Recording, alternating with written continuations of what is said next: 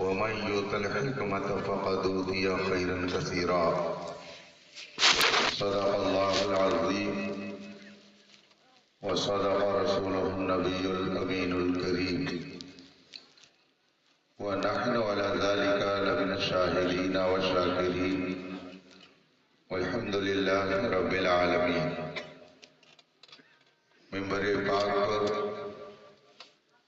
جلوہ فگن عمائدین قوم و ملت، علماء ذوی الاحترام، طلبہ علوم نبوت، حاضرین محترم، بالخصوص آقائے نعمت مرشد برحق شہزادے حضور صدر الشریعہ ممتاز الاساتذہ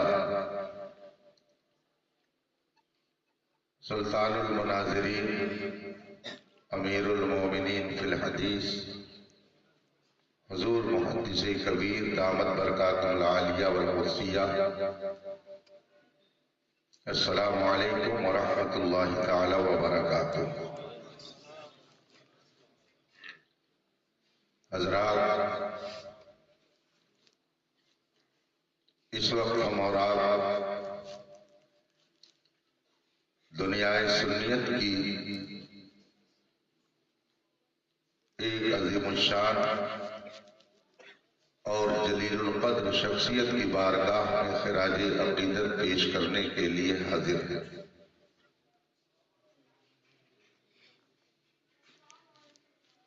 جس نے اپنے کردار و عمل کی پاکیزگی سے نہ جانے کتنے قلوب و اذہان کو متاثر کیا، اور اپنے قلم کی توانائی سے بے شمار ضعیف الاعتقاد لوگوں کو قوت بخشی، بے علموں کو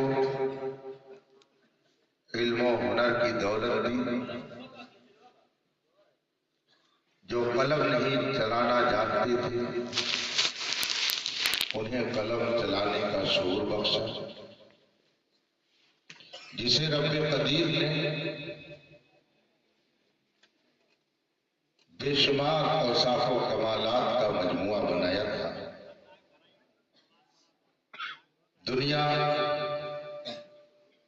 جسے فقیہ ملت کے لقب سے یاد کرتی ہے،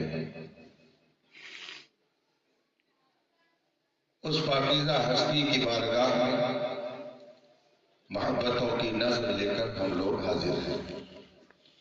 رب تعالیٰ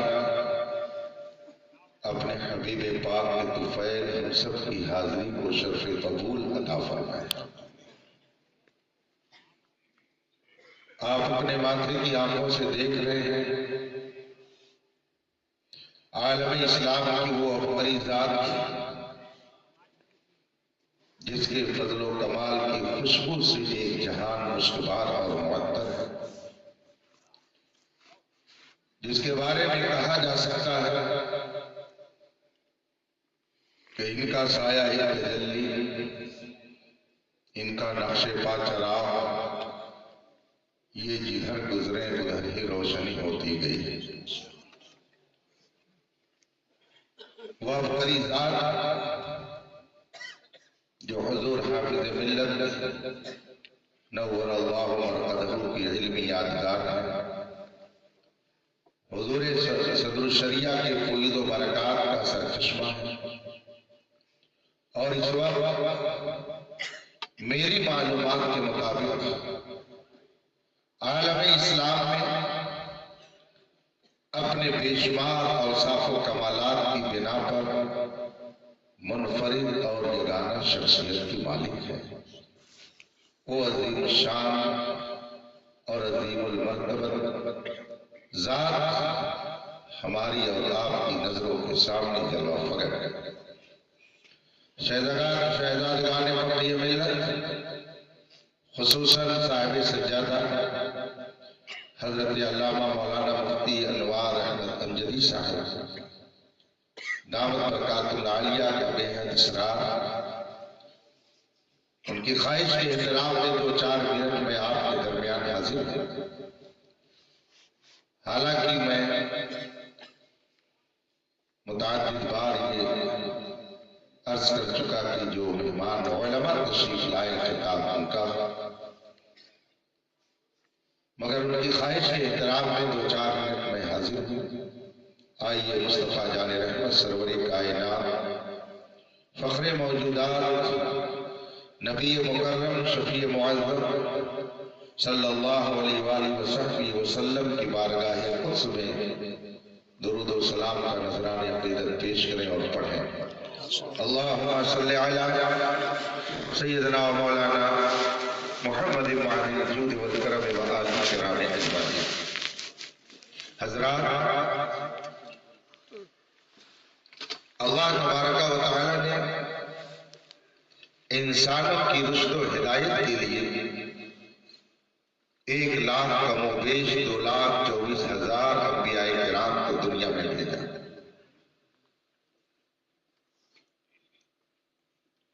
اور منصب ختم نبوت عطا فرما کر ہمارے آپ کے آقا و مولا جناب محمد رسول اللہ صلی اللہ علیہ وسلم کو اس دنیا میں مبعوث فرمایا۔ رسول پاک صلی اللہ علیہ وسلم کے بعد اب قیامت تک کوئی نیا نبی پیدا نہیں ہو سکتا جو اس میں کسی طرح کا شک اور شبہ اور تردد رکھے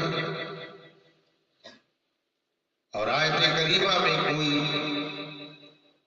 تعویل اور تشقیق یا تشکیق کا عمل انجام دے، اس کا ایمان خطرے میں، بلکہ وہ کبھی کبھی دائرہ اسلام سے باہر بھی ہو جاتا ہے۔ رسول پاک صلی اللہ علیہ وسلم کے بعد اب قیامت تک کوئی نبی نہیں آ سکتا، لیکن رشد و ہدایت کا کام قیامت تک جاری رہے گا۔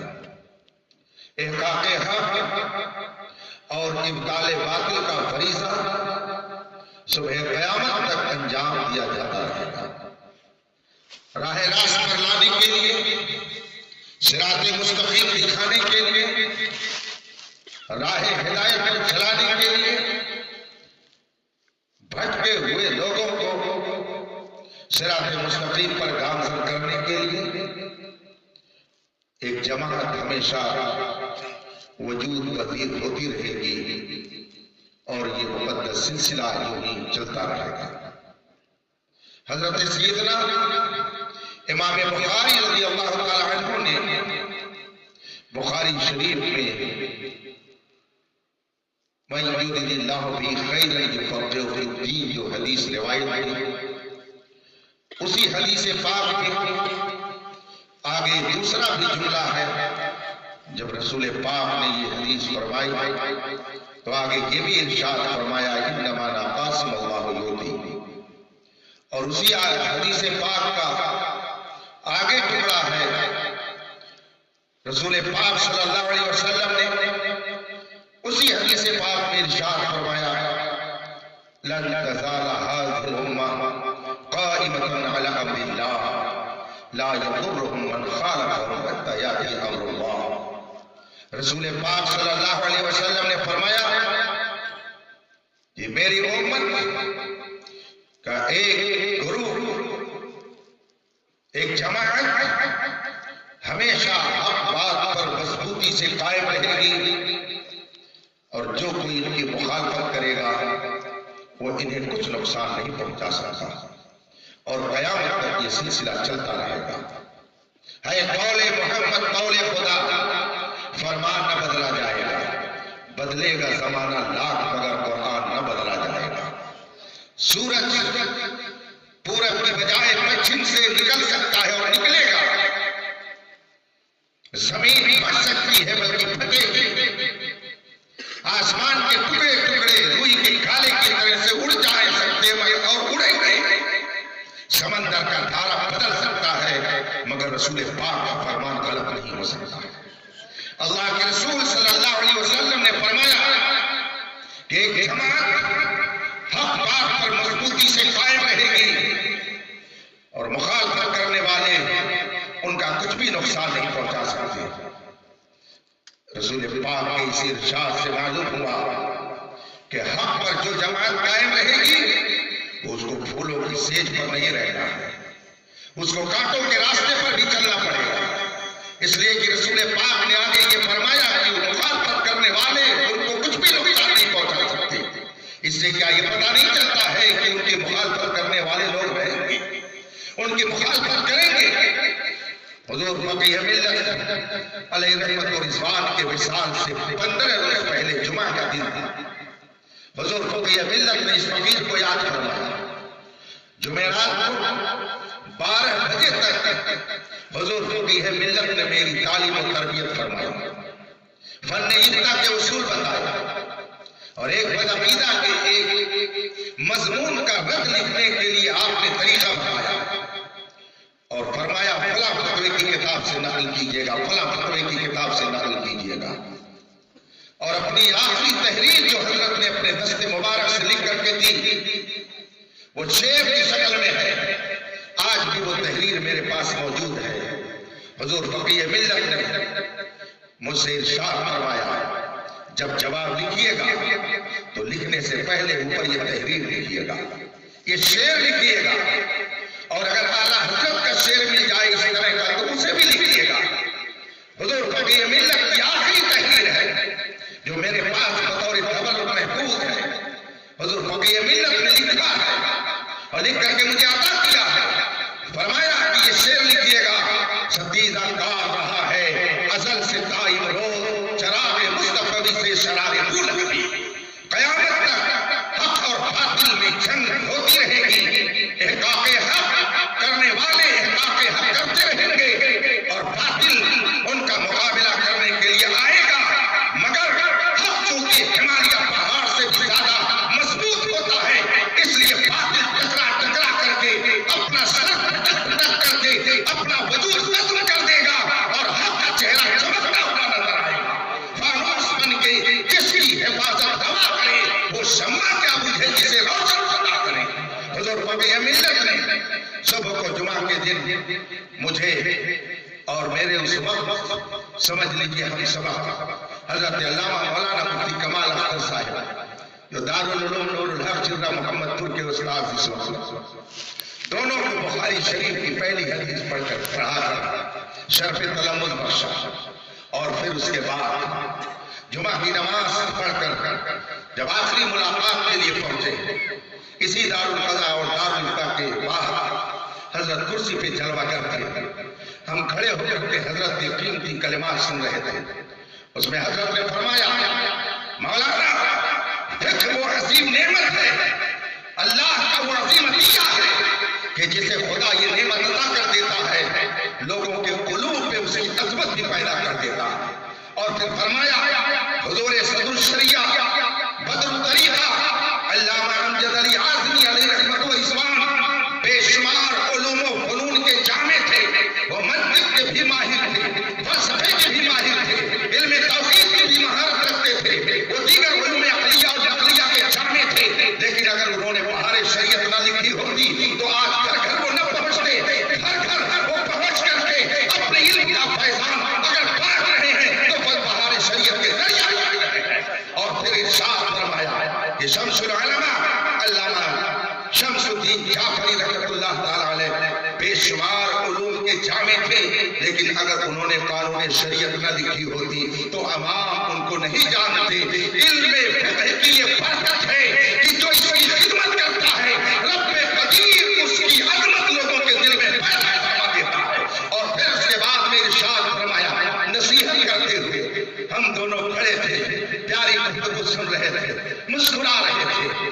ہزاروں لوگ ابھی موجود ہوں گے جنہوں نے ان کا چلنا دیکھا ہوگا۔ ان کا مسکرانا دیکھا ہوگا، ان کا ڈانٹنا بھی دیکھا ہوگا۔ بہت مشہور بات ہے کہ حضرت جہاں بیٹھے سامنے حد نظر تک کسی کی ہمت نہیں پڑتی کہ وہ جائے۔ یہ قاری خلق اللہ صاحب جو اس وقت استاذ القرآن اور استاذ الحفاظ ہیں، ان کو مجود اعظم کہا جاتا ہے۔ اتفاق سے ایک دن حضرت کے وصال کے بعد ہم لوگ اس گیٹ پر بیٹھے ہوئے تھے، حضرت نے اپنے معمول کے مطابق سگریٹ نکال لیا، مگر فوراً ذہن میں بات آئی کہ کہاں بیٹھے ہیں، فوراً سگریٹ اندر رکھ لیا کہ کیسے یہ میں کر سکتا ہوں۔ میں نے جب حضور فقیہ ملت کی ظاہری حیات میں کبھی یہ جرات نہیں کی، ہم تو اہل سنت سے ہیں، ہم تو یہ سمجھتے ہیں کہ اہل اللہ دنیا سے جانے کے بعد بھی ہمارے حالات کا مشاہدہ فرماتے ہیں۔ میں کیسے یہ جرات کر سکتا ہوں کہ ان کی مزار پاک کے سامنے میں بیٹھ کر کے سگریٹ نوشی کروں۔ فوراً آپ نے پاکی کو جیب میں رکھ دیا، جس کے روب و دھبدبے کا یہ عالم تھا۔ ہم لوگ خوف کرتے تھے ان کی بارگاہ میں جانے سے، مگر نگاہ ناز جسے آشنائے راز کرے وہ کیوں نہ خوب یہ قسمت پہ اپنی ناز کرے۔ حضور فقیہ ملت نے اس فقیر پر جو نماز اس کی بارش فرمائی، اس نے اتنا بے تکلف کر دیا تھا بارگاہ میں کہ ہر طرح کی باتیں بلا تکلف یہ فقیر عرض کر دیا کرتا تھا۔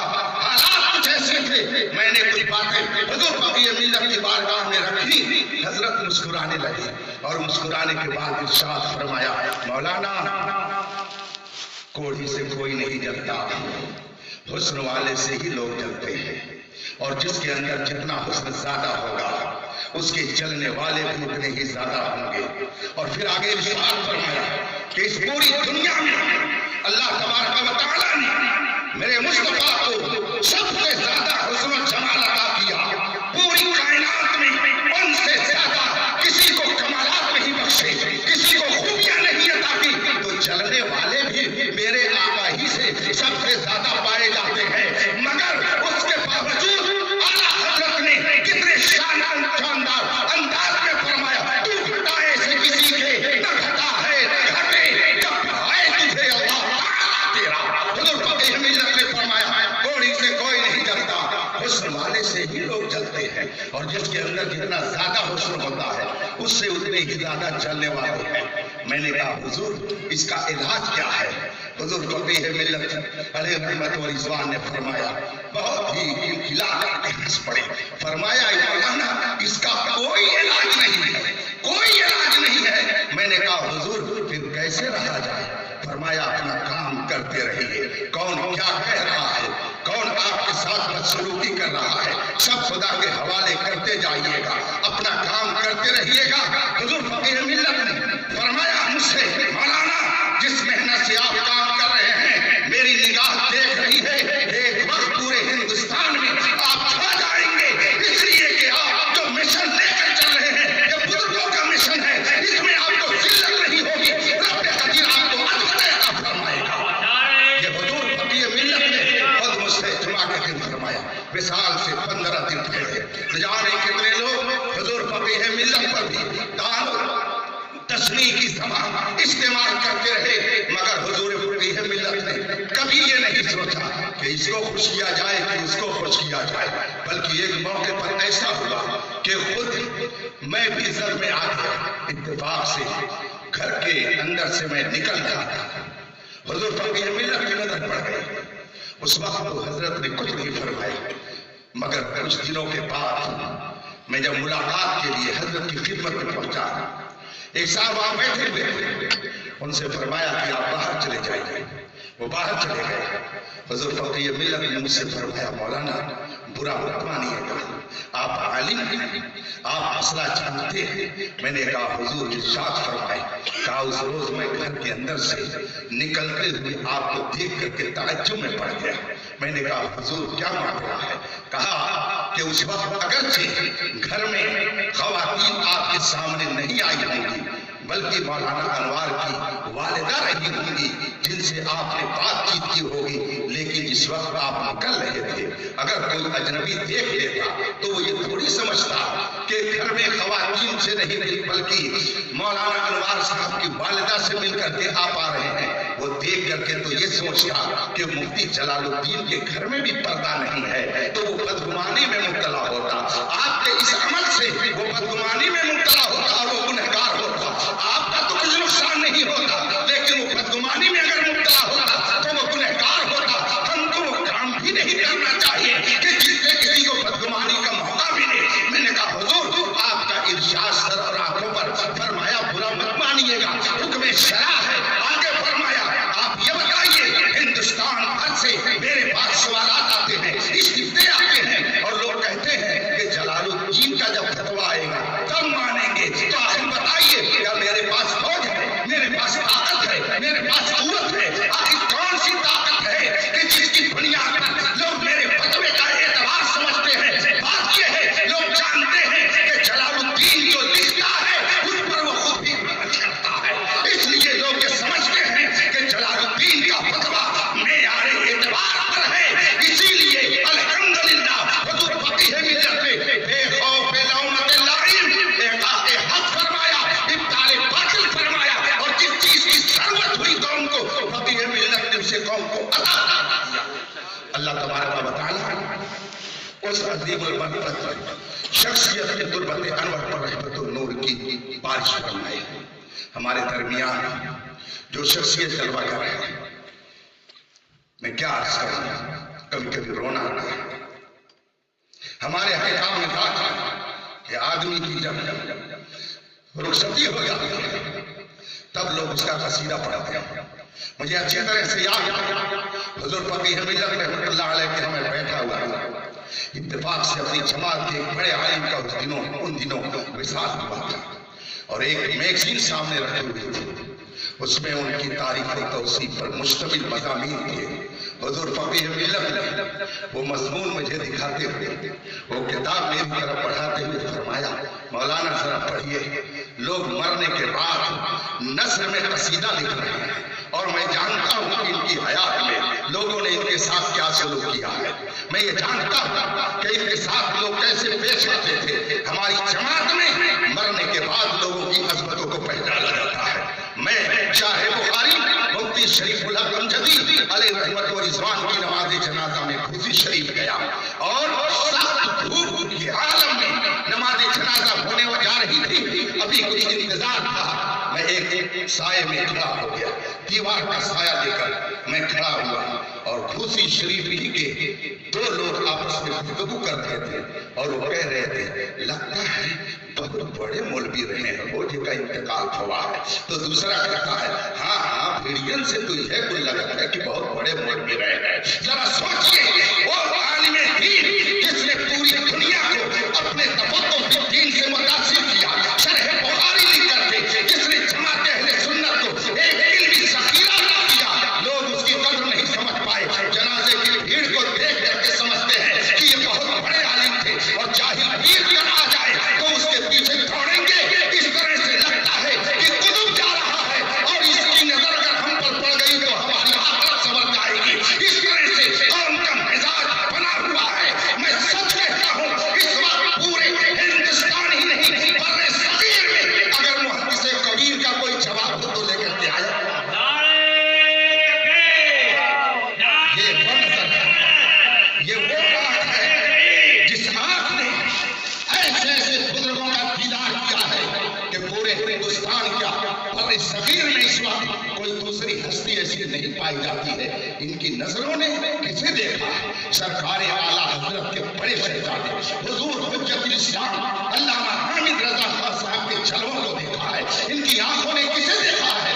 ایک عظیم دانشور، عظیم مبشر، عظیم سیاسی رہنما، اعلیٰ حضرت کے خلفاء میں امتیازی شان رکھنے والی شخصیت صدر فاضل علامہ سید نعیم الدین مراد آبادی کے جلووں کو ان کی آنکھوں نے دیکھا ہے۔ صدر شریعہ کا تو ذکر ہی کیا ہو، جن کی گود میں انہوں نے پرورش پائی ہے۔ سرکار مفتی اعظم ہند ابھی بیانگاہ پر میں حضرت کی خدمت میں تھا، مجھے جو بھی وقت ملتا ہے میں اپنے لیے اللہ کی عظیم نعمت سمجھتا ہوں اور ایک ایک بات پوچھتا رہتا ہوں، اس لیے کہ جو اس سینے میں دفینہ ہے رفیقان محترم وہ آپ کو کہیں اور نہیں ملے گا۔ ابھی قیام گاہ پر میں بیٹھا ہوا تھا اور حضرت سے کچھ پرانی باتیں سن سن کر کے اسے میں ریکارڈ کر رہا تھا، اپنے دل و دماغ میں بھی محفوظ کر رہا تھا۔ حضور محدث کبیر نے ابھی 2-3 گھنٹہ پہلے مجھ سے فرمایا کہ اس وقت سرکار مفتی اعظم ہند کے خلفاء تو مل سکتے ہیں، بہت سارے خلیفہ موجود ہیں، مگر ہندوستان میں سرکار مفتی اعظم ہند کا اگر شاگرد کوئی ہے تو تنہا میری ذات ہے، اس لیے کہ ہندوستان بھر میں سرکار مفتی اعظم ہند سے مختلف کتابوں کا درس لینے کا شرف اس وقت مجھے حاصل ہے۔ یہ وہ ذات ہے جس نے حجت الاسلام کا جلوہ دیکھا، سرکار مفتی اعظم ہند کا جلوہ دیکھا، صدر الافاضل کا جلوہ دیکھا، پیر جماعت علی کا جلوہ دیکھا، مبلغ اسلام کا جلوہ دیکھا، احمد مختار کا جلوہ دیکھا، صدر شریعہ کا جلوہ دیکھا، اور حافظ ملت کا تو پوچھنا ہی کیا ہے۔ سبحان اللہ، حضور مجاہد ملت کا تو ذکر ہی کیا جائے، حضور احسن العلماء اور سید العلماء کا تذکرہ کس زبان سے کیا جائے۔ حضور حافظ ملت نے ایک موقع پر صدر شریعہ کی بارگاہ میں ان کی تربت انور پر جا کر حضور محدث کبیر کو ساتھ لیا اور جانے کے بعد کہا، حضور جو کچھ آپ نے مجھے دیا میں نے ضیاء المصطفیٰ کو سب دے دیا ہے۔ یہ وہ ذات ہے کہ بر صغیر میں جتنے اساتذہ قدر پائے جاتے ہیں وہ سب کے سب واسطہ بالواسطہ اس وقت حضور محدث کبیر کے کلام آتے، مگر میٹھی کو بھی زکام ہو جاتا ہے، میٹھی کو بھی زکام ہو جاتا ہے، جن کو چلنے کا ڈر ہے، جن کو بولنے کا ڈر ہے، جن کو گفتگو کا سلیقہ ہے، بلکہ دیہاتی زبان میں کہہ لیجئے جن کو پیشاب کرنے کے بعد استنجا کرنے کا ڈر نہیں ہے، وہ حضور محدث کبیر پر تبرک کی زبان بولتے ہیں۔ کسی شاعر نے کہا تھا، چوں خدا خواہد کہ پردہ کشترت میں لشکندر تانے پاکا کنت، جب اللہ کسی کو شریک کرنا چاہتا ہے تو نیکوں کے حق میں اس کی زبان کو لمبی کر دیتا ہے اور پھر آہستہ آہستہ آہستہ آہستہ نیچے سے اوپر تک جاتا ہے۔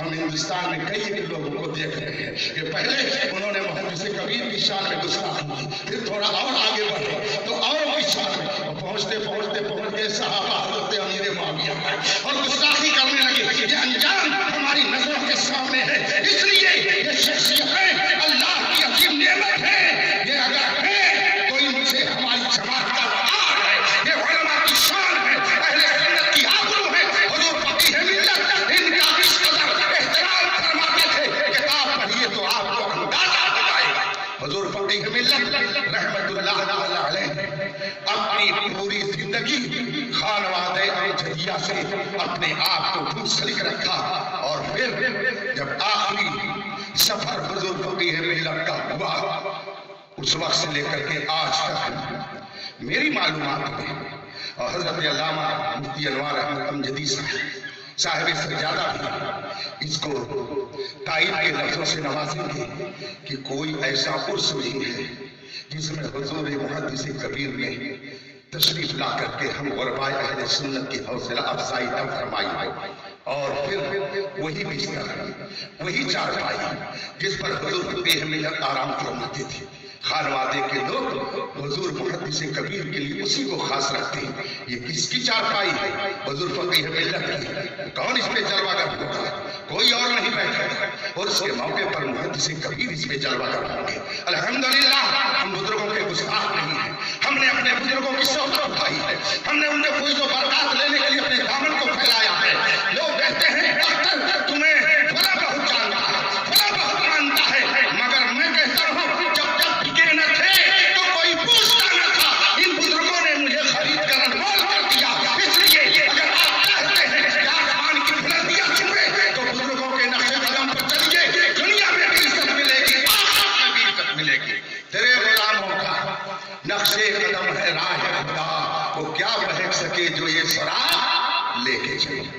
حضور محدث کبیر دامہ ذل العالی علالت کے باوجود چلنے پھرنے میں دشواری ابھی 2-3 اہم لوگوں نے بہت کوشش کی، مگر حضرت اپنی علالت کی وجہ سے نہ جا سکتے۔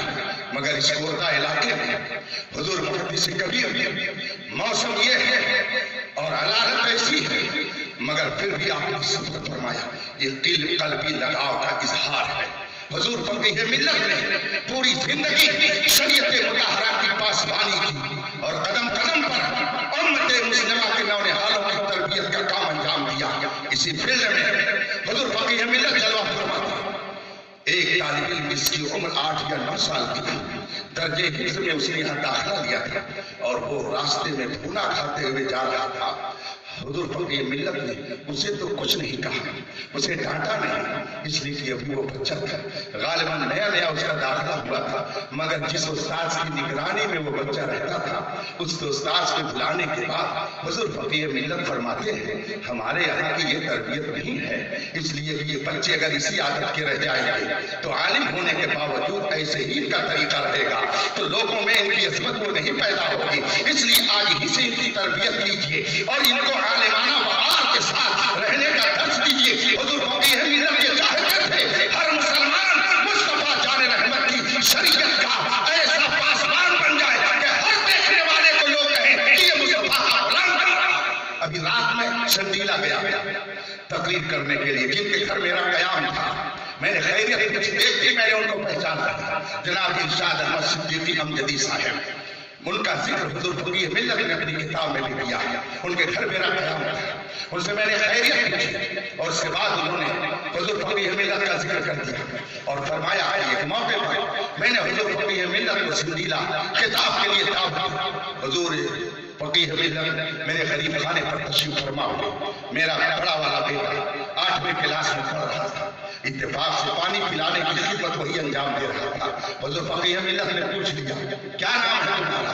بچے نے میرے اپنا نام بتایا اور پوچھا تمہارے والد کا کیا نام ہے؟ اس نے میرا نام بتا دیا۔ پھر تھوڑی دیر کے بعد جب میں پہنچا، حضور فقیہ ملت نے مجھ سے فرمایا صدیقی صاحب آپ اتنا بڑا دینی جلسہ کر رہے ہیں اور آپ کا بچہ پینٹ شرٹ پہن کر کے مجھے پانی پلا رہا ہے، اس دینی جلسے سے کیا فائدہ ہوگا؟ آپ تو دینی جلسہ اس لیے کر رہے ہیں تاکہ لوگوں کو دین کی باتیں بتائیں، جب تقویٰ ہی نہ کرے گا تو دوسروں کے اوپر اثر کیا پڑے گا؟ کل ابھی رات انہوں نے مجھ سے بتایا یہ جملہ حضور فقیہ ملت نے دل کا داؤ میں ادا کیا تھا، کس طریقے سے ادا کیا تھا کہ میرے دل پر ایسا اثر کر گیا کہ الحمدللہ حضور فقیہ ملت کے اسی ایک جملے نے صرف میری زندگی نہیں بدلی، میرے گھر کی پوری زندگی کو بدل دیا۔ میرے گھر میں جتنے بچے ہیں الحمدللہ سب دیندار، سب مشرع، سب نماز کے پابند، اور جو کچھ میرے گھر میں دینداری دکھ رہی ہے جو حضور فقیہ ملت کے ایک جملے کا دل سے جو بات نکلتی ہے، اثر رکھتی ہے، پر نہیں طاقت پرواز مگر رکھتی ہے۔